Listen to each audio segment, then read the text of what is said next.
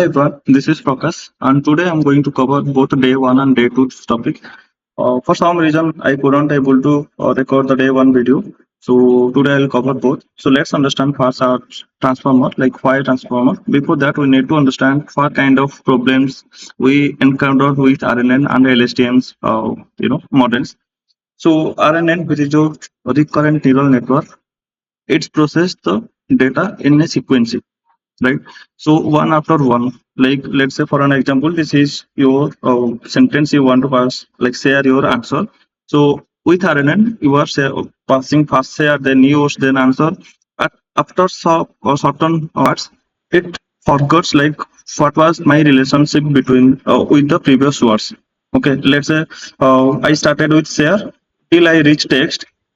I forgot about what this text represent, like for text. Okay, so it should remember the answer. Okay, the text, it is the representation of the answer. So that thing is missing with the RNN because of the vanishing gradient descent. So when you are dealing with a long range sentences, it encountered with your vanishing gradient descent. And LSTM is kind of long-term short-term memory, which is built over the RNN and kind of optimized technique over the RNN, which has the same state, right? It able to capture the long-range dependency, but at certain extent, not fully. Again, it has the learning method is also same, like sequential, like one word after one word. So that's the main drawback of these two models, which make the training time much slower. Okay, it's extended the training time because of the sequential processing nature.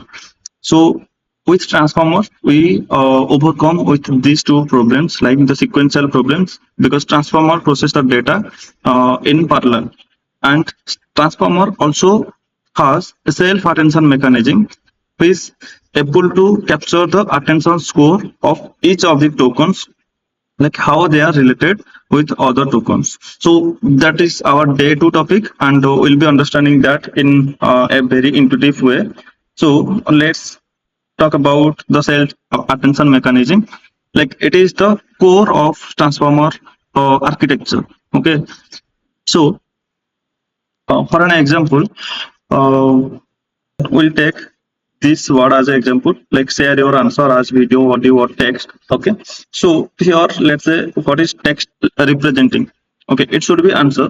So how these words are interrelated, or what is the relation between each of these words, that is being calculated with a self attention mechanism. And how it is being calculated, right? So it has three vectors, like your key, query, and value vectors. So let's understand what is your query, key, and value vector. Then query vector is kind of will ask who all are my modifier. Let's say here text we are taking as a query word. Okay, then text will look for who all are my modifiers, and for text other words will be your key that represents like what information I contain or what can I offer, that is your key, and what should I pass, that is your value. So key and query, those vectors of like the dot product of your key and query vector will provide a attention score, and then we'll pass that attention score with a sigmoid function along with your value vector that will give you the probability or the actual attention score of each of these tokens. Okay, and I can also show you a real life analogy to understand in a better way of the query, key, and value vectors. Let's say I'll search for what is self attention. Okay, very simple. I search for self attention. Okay, so for me, this is the query that I search for. Okay, what is self attention is the query, and I got multiple results, right? So there are multiple sites. What is self attention? The detailed explanation of self attention. These are kind of my key. Okay, so this is my query, and these are all my key. And if I open any of the site, whatever information is contained, that is our value. So I think it's very simple to understand. This is the query that you are looking for, and these are the titles or the representation of your value. Okay, so whatever content you have under that website, that represent with this title, right? So these are kind of your key, and whatever things you are under this key, that is your value, right? This is very simple, and this is how this self attention mechanism is calculated, the attention score, and that really help the model to understand the contextual meaning of each of these tokens.